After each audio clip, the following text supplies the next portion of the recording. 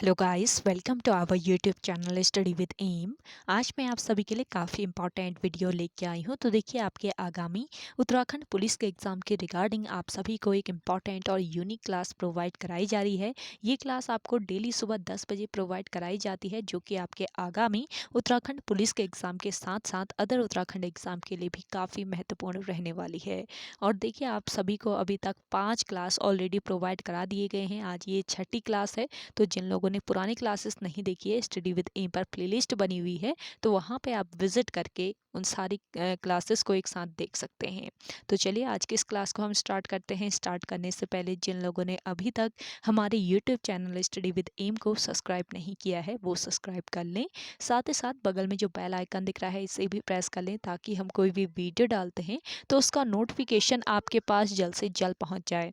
आप सभी लोग हमारे टेलीग्राम चैनल को भी ज्वाइन कर सकते हैं। ये भी स्टडी विद एम के नाम से बना हुआ है और रात को 8 बजे टेलीग्राम चैनल पर क्विज का भी आयोजन किया जाता है, तो आप क्विज ज्वाइन कर सकते हैं।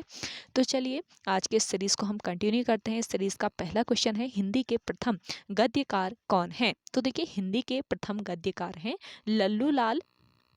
ऑप्शन सी बिल्कुल राइट आंसर हो जाएगा। 50 क्वेश्चन का ये महत्वपूर्ण सेट है, तो आप सभी लोग एंड तक बने रहेंगे और अपना हर क्वेश्चन का आंसर आप कमेंट सेक्शन में कमेंट करके लगाइएगा। अगला देखें, प्रेमचंद्र के अधूरे उपन्यास का नाम है। देखिए, प्रेमचंद्र के अधूरे उपन्यास का नाम है मंगल सूत्र। ऑप्शन बी यहाँ पे आपका बिल्कुल राइट आंसर है। अगला क्वेश्चन देखें, निराला को कैसा कवि माना जाता है? देखिए, निराला जी जो है, इन्हें माना जाता है किस प्रकार का कवि? इस क्वेश्चन का करेक्ट आंसर हो जाएगा क्रांतिकारी। निराला को क्रांतिकारी कवि माना जाता है। अगला क्वेश्चन देखें, गुलर का फूल मुहावरे का अर्थ है। देखिए, गुलर का फूल, इस मुहावरे का अर्थ क्या हो जाएगा? दुर्लभ होना। गुलर का फूल जो होता है कई दुर्लभ होता है, तो दुर्लभ होना इसका मतलब है। अगला क्वेश्चन देखिए, अगोचर। अगोचर का अर्थ क्या होता है? इस क्वेश्चन का करेक्ट आंसर, जिसका अनुभव इंद्रियों को न हो, इसको कहा जाता है अगोचर। अगला क्वेश्चन देखिएगा, चर्र मर्र खुल गए अर्र, स्वर फोटो में कौन सा अलंकार है? तो देखिए, चर्र मर्र खुल गए अर्र स्वर फोटोज में इसमें अलंकार बताना है, तो इसमें है आपका अनुप्रास अलंकार। कोई भी जो आपका वर्ण होता है उसकी आवृत्ति बार बार होती है, तो वहाँ पे कौन सा अलंकार? अनुप्रास अलंकार हो जाता है। इसको ध्यान रखें। अगला क्वेश्चन देखें, हो सकता है राम का काम बन जाए। तो यहाँ पे बताना है कि ये जो वाक्य है, ये किस प्रकार का वाक्य है? तो देखिए, हो सकता है राम का काम बन जाए, ये वाक्य है आपका किस प्रकार का? संदेहवाचक। यहाँ पे संदेह जताया जा रहा है, तो संदेहवाचक वाक्य हो गया। अगला क्वेश्चन देखिए, राम क्रिकेट खेलता है पर अच्छा नहीं। तो देखिए, इस क्वेश्चन का करेक्ट आंसर है संयुक्त वाक्य। ये एक संयुक्त वाक्य है, राम क्रिकेट खेलता है पर अच्छा नहीं। अगला क्वेश्चन देखिए, वर्तमान हिंदी का प्रचलित रूप है। देखिए, वर्तमान हिंदी का प्रचलित रूप है खड़ी बोली। ऑप्शन डी इस क्वेश्चन का बिल्कुल राइट आंसर है। 20 क्वेश्चन की हिंदी भी रखी जाती है इस सेट में, और आप सभी को डेली 50 क्वेश्चन का सेट दिया जा रहा है। काफी महत्वपूर्ण सेट है, तो एंड तक बने रहें। अगला क्वेश्चन है, किस शब्द की रचना प्रत्यय से हुई है? तो देखिए, किस शब्द की रचना हुई है प्रत्यय से? इस क्वेश्चन का राइट आंसर हो जाएगा इनमें से कोई नहीं। अगला क्वेश्चन देखिए, नीचे दिए गए विकल्पों में से तत्सम शब्द का चयन करना है। तो देखिए, इनमें से तत्सम शब्द क्या हो जाएगा? गोधूम। अगला क्वेश्चन देखिए, उत्पत्ति के आधार पर शब्द के कितने भेद होते हैं? तो उत्पत्ति के आधार पर अगर हम बात करें तो शब्द के होते हैं कितने भेद? 4 भेद। ऑप्शन ए इस क्वेश्चन का राइट आंसर है। अगला देखिएगा, शुद्ध वर्तनी का चयन करना है आपको। यहाँ पे बर्तन को अलग अलग रूप में लिखकर दिखाया गया है, तो जो वर्तनी की दृष्टि से शुद्ध शब्द है उसका चयन कर लेना है। तो इस क्वेश्चन का राइट आंसर हो जाएगा आपका बर्तन। जैसे वर्तनी में क्या होता है, जैसा उच्चारण होता है, जिस प्रकार शब्द का उच्चारण होता है उसी प्रकार उसे लिखा जाता है, तो ये ध्यान रखेंगे। तो बर्तन जो होता है वो इस प्रकार लिखा जाएगा वर्तनी की दृष्टि से, और अगर नॉर्मली हमें लिखना है तो इस तरीके से हम लिखते। तो यहाँ पे आपको शुद्ध वर्तनी चयन करना है, तो बर्तन ये वाला आपका राइट आंसर, ऑप्शन ए बिल्कुल करेक्ट आंसर हो जाएगा। अगला क्वेश्चन देखिएगा, अगला है आपका दिए हुए शब्दों में भिन्न अर्थ वाला शब्द बताना है। कौन सा ऐसा शब्द है जिसका अर्थ अलग है। तो यहाँ पे आपका राइट आंसर है, देखिए सुधाकर, ऑप्शन सी बिल्कुल राइट आंसर हो जाएगा। अगला क्वेश्चन देखें, वह घर से बाहर गया, इस वाक्य में कौन सा कारक है। वह घर से बाहर गया, इस वाक्य में कारक है आपका अपादान कारक। अगला क्वेश्चन देखिए, निम्न में विकारी शब्द कौन सा है। तो इनमें से विकारी शब्द है आपका कौन सा, लड़का, ऑप्शन सी यहाँ पे आपका बिल्कुल राइट आंसर हो जाएगा। सेशन पसंद आ रहा है तो लाइक कर लें। जिन लोगों ने अभी भी हमारे YouTube channel study with M को सब्सक्राइब नहीं किया है वो सब्सक्राइब कर लीजिए, और ज़्यादा से ज़्यादा आप सभी लोग इस सेशन को शेयर कीजिए अपने दोस्तों के साथ अपने व्हाट्सएप ग्रुप्स में। चलिए अगला है आपका, सभा में 20 लोग थे, इसमें विशेषण का कौन सा भेद है। तो देखिए सभा में 20 लोग थे, इसमें विशेषण का कौन सा भेद है ये बताना है। तो इस क्वेश्चन का राइट आंसर हो जाएगा अनिश्चित संख्या वाचक, ऑप्शन सी यहाँ पे आपका राइट आंसर है। अगला देखिए, मंद का विलोम शब्द है। तो मंद का जो विलोम शब्द होता है ये होता है द्रुत, ऑप्शन ए बिल्कुल करेक्ट आंसर है। अगला क्वेश्चन देखिएगा, गांधी जी ने रेडियो को कहा, गांधी जी ने रेडियो को क्या कहा था, एक अद्भुत शक्ति कहा था, ऑप्शन ए इस क्वेश्चन का राइट आंसर है। अगला क्वेश्चन देखिएगा, दूरदर्शन में रंगीन प्रसारण का शुभारंभ कब से हुआ। काफी यूनिक क्वेश्चन है, तो आपको ध्यान में रखना है कि दूरदर्शन में रंगीन प्रसारण का जो शुभारंभ हुआ था ये हुआ था कब, 1982 में, 1982 में हुआ था। अगला क्वेश्चन देखें, TRAI का पूरा रूप क्या है, इसका फुल फॉर्म बताना है। TRAI का फुल फॉर्म बताना है यहाँ पे। तो यहाँ पे फुल फॉर्म हो जाएगा आपका telecom regulatory authority of India. तो ये ध्यान रखेंगे, telecom regulatory authority of India. तो ऑप्शन सी यहाँ पे आपका बिल्कुल राइट आंसर है। अगला देखें, अंतर्राष्ट्रीय शांति एवं अहिंसा दिवस किस तिथि को मनाया जाता है। आप सभी को पता है अंतर्राष्ट्रीय शांति और अहिंसा दिवस जो है आपका ये कब मनाया जाता है, 21 सितंबर को। जिन लोगों को नहीं पता है तो आप राइट आंसर देख लीजिए यहाँ पे। अगला क्वेश्चन देखें, अर्थशास्त्र किस विषय पर लिखी गई पुस्तक है। तो अर्थशास्त्र जो है ये लिखी गई है आपके राजनीति पर लिखी गई पुस्तक। अगला क्वेश्चन है, सिनेमा के क्षेत्र में उत्कृष्टता के लिए कौन सा पुरस्कार दिया जाता है। सिनेमा के क्षेत्र में उत्कृष्टता के लिए दिया जाने वाला पुरस्कार है दादा साहब फाल्के पुरस्कार, ऑप्शन डी यहाँ पे आपका राइट आंसर हो जाएगा। आप कमेंट करके बताइएगा, आप लोग भी आंसर कीजिए कि दादा साहेब फाल्के जो पुरस्कार है ये आपको पता है सिनेमा के क्षेत्र में दिया जाता है, लेकिन इसकी शुरुआत कब की गई ये आप कमेंट करके बताइए कमेंट सेक्शन में, जिन लोगों को आंसर आ रहा है।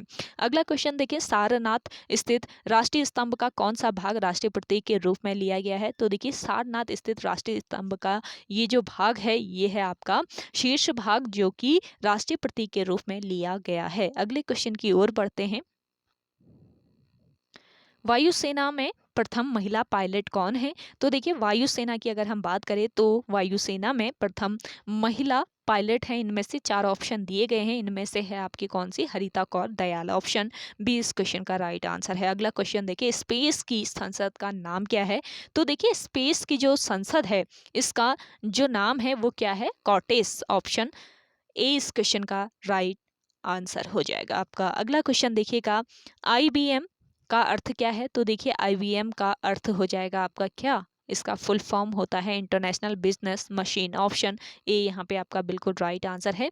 अगला क्वेश्चन है, प्रमुख मेमोरी के समन्वय से कार्य करती है। प्रमुख मेमोरी डेस्क के समन्वय से कार्य करती है, तो किसके समन्वय से ये करती है, आपके CPU के समन्वय से। अगला क्वेश्चन है, निम्न में से आउटपुट डिवाइस है। तो आउटपुट डिवाइस बताना है, इसमें से प्रिंटर, स्पीकर, प्रोजेक्टर सभी हैं आउटपुट डिवाइसेस। तो ऑप्शन डी यहाँ पे आपका राइट आंसर हो जाएगा। चलिए अगला है आपका, अगला क्वेश्चन देखिए, खालसाओं के 5 अनिवार्य लक्षण जिनको क्या कहा जाता है, 5 कक्के कहा जाता है, तो किसने निर्धारित किए थे ये बताना है। तो देखिए खालसाओं के 5 अनिवार्य जो लक्षण हैं इनको निर्धारित किया था किसने, गुरु गोविंद सिंह ने। गुरु गोविंद सिंह किस नंबर के गुरु थे, ये आप कमेंट करके बताइएगा। अगला क्वेश्चन है, अद्वैतवाद सिद्धांत के प्रतिपादक कौन थे। तो देखिए अद्वैतवाद सिद्धांत जो है इसके प्रतिपादक हैं शंकराचार्य, आदि गुरु शंकराचार्य हैं, ऑप्शन 20 क्वेश्चन का करेक्ट आंसर है। अगला क्वेश्चन देखिए, दूरदर्शन की प्रथम समाचार वाचिका कौन थी। दूरदर्शन की प्रथम समाचार वाचिका थी इनमें से आपकी प्रतिमा पुरी। आप सभी को डेली ये क्लास प्रोवाइड की जा रही है। काफ़ी यूनिक क्लास है और आपके आगामी उत्तराखंड पुलिस के एग्ज़ाम के साथ-साथ अदर सभी उत्तराखंड एग्ज़ाम के लिए फॉरेस्ट गार्ड का एग्ज़ाम आपका डिक्लेयर हो गया है, साथ ही साथ पटवारी का एग्ज़ाम होने वाला है। तो सभी एग्ज़ाम के लिए काफ़ी यूनिक क्लास है। डेली आप सुबह स्टडी विद एम पर विज़िट करके 10 बजे आप देख सकते हैं। डेली आपको प्रोवाइड की जा रही है ये क्लास। अगला क्वेश्चन देखिएगा, ऑल इंडिया रेडियो का नाम परिवर्तित कर आकाशवाणी किस वर्ष रखा गया? तो ऑल इंडिया रेडियो आकाशवाणी जो है ना वर्तमान में, इसका जो प्राचीन नाम था वो ऑल इंडिया रेडियो था। तो इसका नाम परिवर्तित कर आकाशवाणी रखा गया और किस वर्ष ये रखा गया ये बताना है। तो यहाँ पे आपका राइट आंसर हो जाएगा वर्ष 1957। अगला क्वेश्चन है, तृतीय पंचवर्षीय योजना की कार्यनीति में सर्वाधिक बल किस क्षेत्र के विकास को दिया गया था? तो देखिए, तृतीय जो पंचवर्षीय योजना थी तो इसमें सर्वाधिक बल दिया गया था किस क्षेत्र के विकास को? इसका राइट आंसर है कृषि। ऑप्शन डी बिल्कुल राइट आंसर है। अगला क्वेश्चन है, मेक इन इंडिया कार्यक्रम का लोगो है। तो देखिए, मेक इन इंडिया इस कार्यक्रम का लोगो क्या है? शेर। ऑप्शन बी इस क्वेश्चन का राइट आंसर है। चलिए अगला क्वेश्चन देखें। अगला है आपका, किसी देश की आर्थिक वृद्धि की सर्वाधिक उपयुक्त माप है। किसी देश की आर्थिक वृद्धि की सर्वाधिक उपयुक्त माप जो है ये है सकल घरेलू उत्पाद यानी कि जीडीपी। ऑप्शन बी यहाँ पे आपका बिल्कुल राइट आंसर है। चलिए अगला देखें। अगला क्वेश्चन है,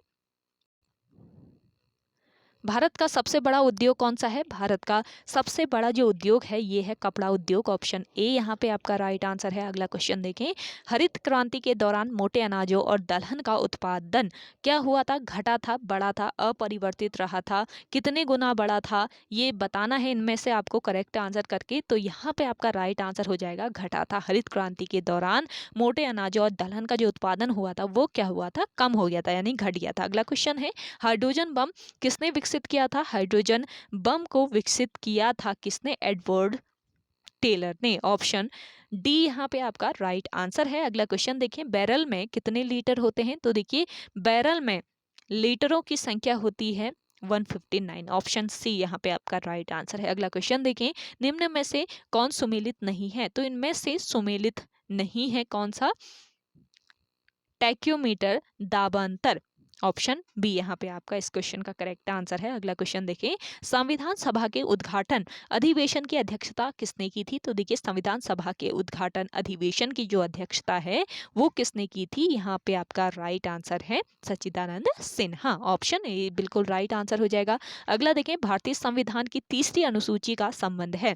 भारतीय संविधान की तीसरी जो अनुसूची है इसका संबंध है शपथ तथा प्रतिज्ञान से। ऑप्शन ए इस क्वेश्चन का बिल्कुल राइट आंसर है। अगला क्वेश्चन है, सेशन अभी भी शेयर नहीं किया है जिन लोगों ने, तो आप सभी लोग मिलकर शेयर कर दीजिए। काफ़ी मेहनत से क्लास आप सभी लोगों के लिए बनाई जाती है, ज़्यादा से ज़्यादा लोगों तक ये क्लास पहुंचनी चाहिए, तो आप शेयर जरूर करें।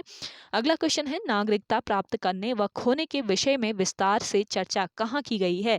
नागरिकता प्राप्त करने व खोने के विषय में विस्तार से चर्चा की गई है कहाँ पे, कब की गई? वर्ष 1955 के नागरिकता कानून में की गई है। ऑप्शन सी यहाँ पे आपका राइट आंसर हो जाएगा। अगला देखिए, संविधान के किस अनुच्छेद के प्रावधानों के अंतर्गत भारत सरकार द्वारा भारत रत्न, पद्म विभूषण आदि अलंकरण प्रदान किए जाते हैं? तो संविधान के किस अनुच्छेद के प्रावधानों के ये अंतर्गत किया जाता है? यहाँ पे आपका करेक्ट आंसर हो जाएगा अनुच्छेद 18। ऑप्शन ए इस क्वेश्चन का राइट आंसर है। अगला क्वेश्चन देखिए, किस सदन में अध्यक्ष उस सदन का सदस्य नहीं होता? तो ये कौन सा सदन है? ये है आपका राज्यसभा।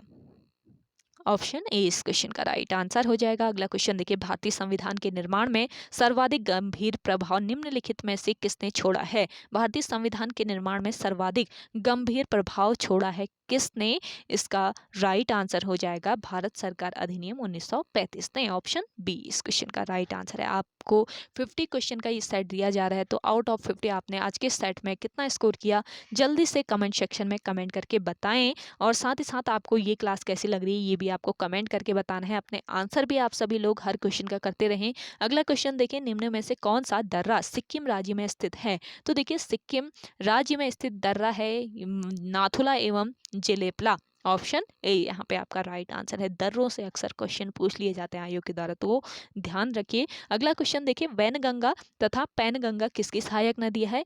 तो वैनगंगा और पैनगंगा नामक जो नदियां हैं ये सहायक नदियां हैं किसकी? इसका राइट आंसर हो जाएगा आपका गोदावरी नदियों की गोदावरी नदी की। वैनगंगा और पैनगंगा जो नदियां हैं ये गोदावरी नदी की सहायक नदियां हैं। आप कमेंट करके बताएं कि गोदावरी नदी किस स्थल से निकलती है, यानी कि किस स्थान से इस नदी का उद्गम होता है। जल्दी से कमेंट सेक्शन में कमेंट करके बताएं।